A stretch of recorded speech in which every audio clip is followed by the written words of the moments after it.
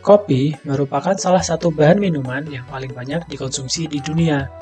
Namun bagi penikmat kopi, apakah pernah terpikir dari mana kopi berasal? Kopi merupakan tanaman ceri yang diambil bijinya yang berasal dari Kolombia.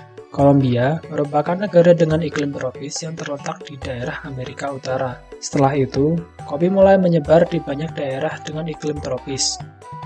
Salah satunya Indonesia. Setelah melalui musim budidaya selama 6-8 bulan, kopi akan berwarna merah. Warna inilah yang menjadi ciri-ciri kopi siap dipanen dengan cara dipetik.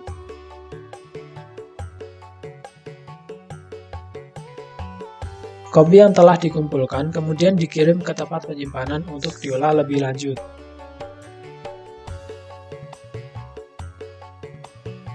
Namun, apakah yang mempengaruhi hasil panen kopi saat budidaya?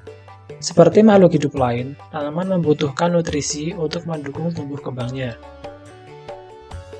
Tanaman membutuhkan oksigen, hidrogen, dan air untuk melakukan fotosintesis, dibantu oleh matahari. Namun, bagaimana dengan mineral? Jika kekurangan mineral, maka tanaman akan layu. Mineral secara alami didapatkan dari dalam tanah dari hasil endapan material organik di dalam tanah.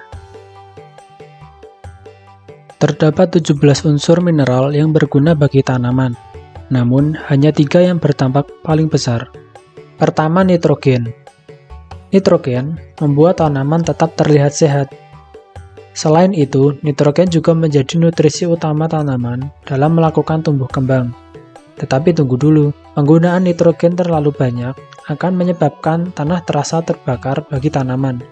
Sehingga penggunaan nitrogen perlu diperhatikan tergantung tahapan budidayanya. Kedua, fosfor. Fosfor berguna merangsang pertumbuhan akar dan berguna memperkuat tangkai. Sehingga saat tumbuh semakin besar, tangkai tidak patah.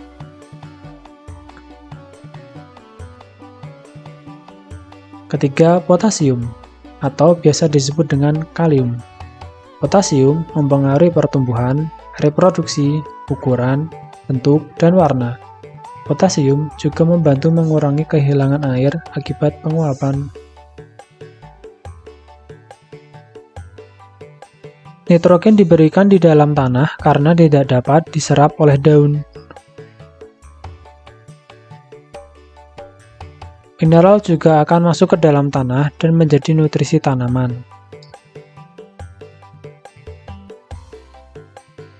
Pemberian nutrisi non-mineral juga dapat dilakukan melalui daun. Mineral yang ada di dalam tanah masuk melalui perakaran dan akan bertransportasi menuju ke atas untuk kemudian digunakan oleh tanaman. Bagaimanakah kombinasi pupuk yang tepat untuk masing-masing tahapan budidaya?